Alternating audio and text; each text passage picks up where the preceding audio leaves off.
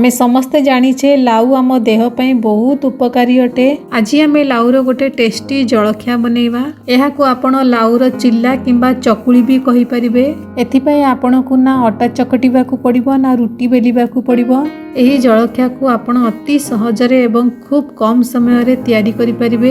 एहा खाइबाकू जेतिकी स्वादिया होइथाय सेतिकी हेल्दी भी अटे। छोटरू बड़ समस्तंकू पसंद आसीबो। ता सहित गोटे दही तड़कार चटनी भी बनैबा। सुपर टेस्टी एवं हेल्दी लाउर चिल्ला बनाया पे मु एठारे 400 ग्राम रो गोटे फ्रेश ताजा लाउ नेइछि। लाउर चोपा छड़े लाउ को 2-3 थरा भल भाबरे धोई नेइछि। तापरे लाउ को एई भली भाबरे काटी नेइछि जहा फलरे लाउ को आमे इजीली कद्दूकस करि परिबा। एबे आमे लाउ को ग्रेटर रो बड़ होल रे कद्दूकस करि नबा। लाउ को मु एई भली भाबरे कद्दूकस करि नेबी। लाउर चिल्ला बनाया पे आपण लाउ ताजा फ्रेश कोहलिया नेबे। एबे आमे कद्दूकस करि रखिथिबा लाउ रे लूण पकेइबा।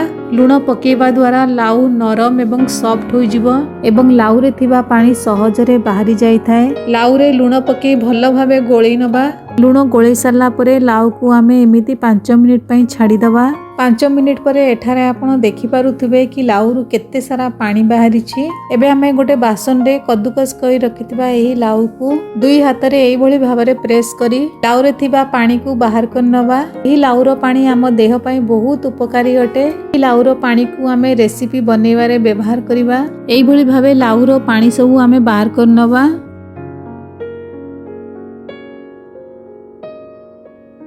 मु एठारे गोटे कप अरुआ चाउल को भल भाबरे धोई करी 4 घंटा पूर्वरु पानी रे बतुरेई रखिथिली। वर्तमान चाउल भल भाबरे बतुरी जाईछि। चाउल रे थिबा एक्स्ट्रा पानी को बाहर करी नेछि। गोटे मिक्सर जार रे 3टी सिजा आलूर चोपा छड़ेई ताको एई भली भाबरे काटी करी देइछि। बतुरेई रखिथिबा चाउल को दबा एवं लाउरु जो पानी बाहरी थिला ताको भी दबा। लाउर पानी देई आलू एवं चाउल को भल भाबरे चिक्कण करी स्मूथली ग्राइंड करनबा।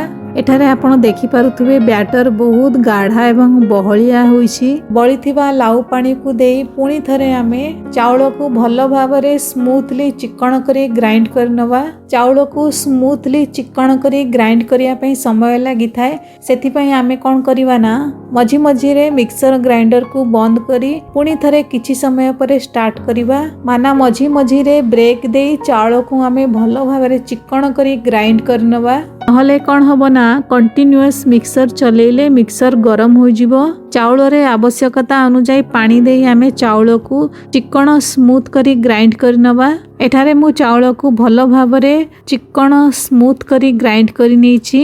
आपण देखि पारुथुबे। एबे आमे बैटर को गोटे बासन रे काढी नबा। एबे आमे एथिरे चिपुडी करी रखितिबा लाउर लच्छा को ऐड करिबा। 2 बड़ चामच बेसन दबा। गोटे गिना कद्दूकस करी रखिथिबा गाजर को देइछि। 1 चामच कद्दूकस करी रखिथिबा अदा को दबा। 2टी कंचा लंका को छोट छोट काटी करी देइछि। एठारे आपण राग को कम बेसी करी एडजस्ट करि परिबे। तापरे एथिरे गोटे चामच धळा राशि देइछि। आपण चाहिले कळा राशि भी देई परिबे। आधा चामच दरदरा कुटा होइथिबा गोलमरीच गुंड देइछि। आधा चामच जीरा देइछि एवं बढ़िया बासना बा फ्लेवर पई हिंगु भी देइछि। 2 बड़ चामच मक्कार मंजी बा स्वीट कॉर्न देइछि। एबे आमे एही सब को भलो भाबरे गोळेई नबा। जदि आपण को बैटर गाढ़ा किंबा बहलिया लागुछि तेबे आपण चाहिले पानी देई बैटर को निज हिसाब रे एडजस्ट करि परिबे। मु एठारे मिक्सर जार रे लागिथिबा बैटर रे अल्प किछि पानी देई ताकू भी एथिरे मिसेई देबी।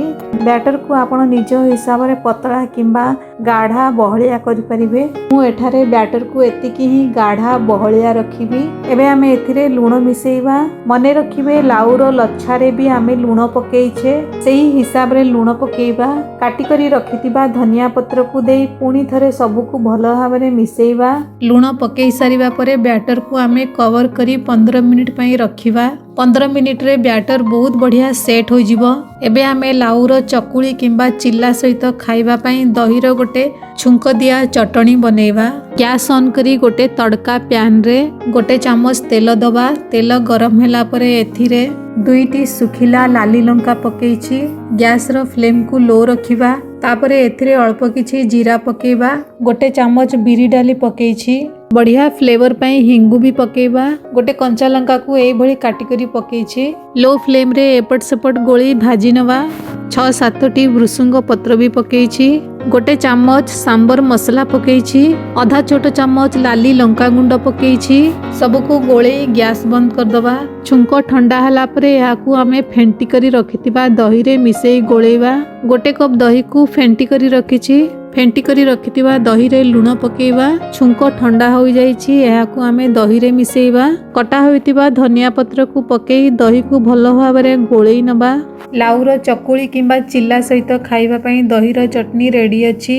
ଦହିର ଏହି ଛୁଙ୍କ ଦିଆ ଟେଷ୍ଟି ଚଟଣି 1 ମିନିଟରେ ଫଟାଫଟ ତିଆରି ହୋଇଥାଏ।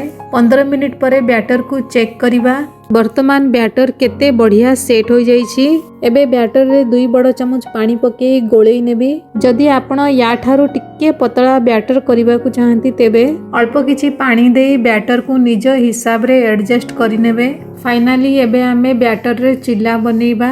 ଗ୍ୟାସ୍ ଅନ୍ କରି ମିଡ଼ିୟମ୍ ଫ୍ଲେମ୍ରେ ଗୋଟେ ତାୱା କିମ୍ବା ପ୍ୟାନ୍କୁ ଗରମ କରିବା। ପ୍ୟାନ୍ରେ 1 ଚାମଚ ତେଲ ପକେଇଛି। ଅଳ୍ପ କିଛି ସୋରିଷ ଏବଂ ଅଳ୍ପ କିଛି ଜିରା ଦେଇଛି। ତା ସାଙ୍ଗକୁ 1 ଚାମଚ ଧଳା ରାଶି ଦେଇଛି। ଭୃସୁଙ୍ଗ ପତ୍ର ବି ଦେଇଛି। ଜିରା ସୋରିଷ ରାଶି ଭଲ ଭାବରେ ଫୁଟିଗଲା ପରେ ଲାଉର ବ୍ୟାଟର ଦେଇ ଏଇଭଳି ଭାବେ ଚାରିଆଡ଼େ ଖେଳେଇ ନେବା।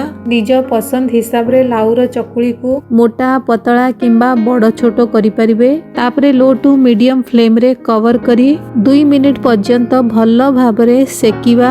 ଏଇଭଳି ଭାବରେ ଲାଉର 2 ପାଖ ଭଲ ଭାବରେ ସେକିବା ଗୋଲ୍ଡେନ ବ୍ରାଉନ୍ କଲର ହେବା ପର୍ଯ୍ୟନ୍ତ। ଆପଣ ଦେଖିପାରୁଥିବେ 2 ପାଖ କେତେ ବଢ଼ିଆ କଲର ଆସିଛି। ବାହାର ପଟ ଯେତିକି କ୍ରିସ୍ପି ହୋଇଥାଏ ଭିତର ପଟ ସେତିକି କଅଁଳିଆ ନରମ ହୋଇଥାଏ। ଲାଉର ଚକୁଳି କିମ୍ବା ଚିଲା ସହିତ ଦହି ଚଟଣିକୁ ସର୍ଭ କରିବା। ଲାଉର ଏହି ଜଳଖିଆ ସହିତ ଛୁଙ୍କ ଦିଆ ଦହିର କମ୍ବିନେସନ ବହୁତ ବଢ଼ିଆ।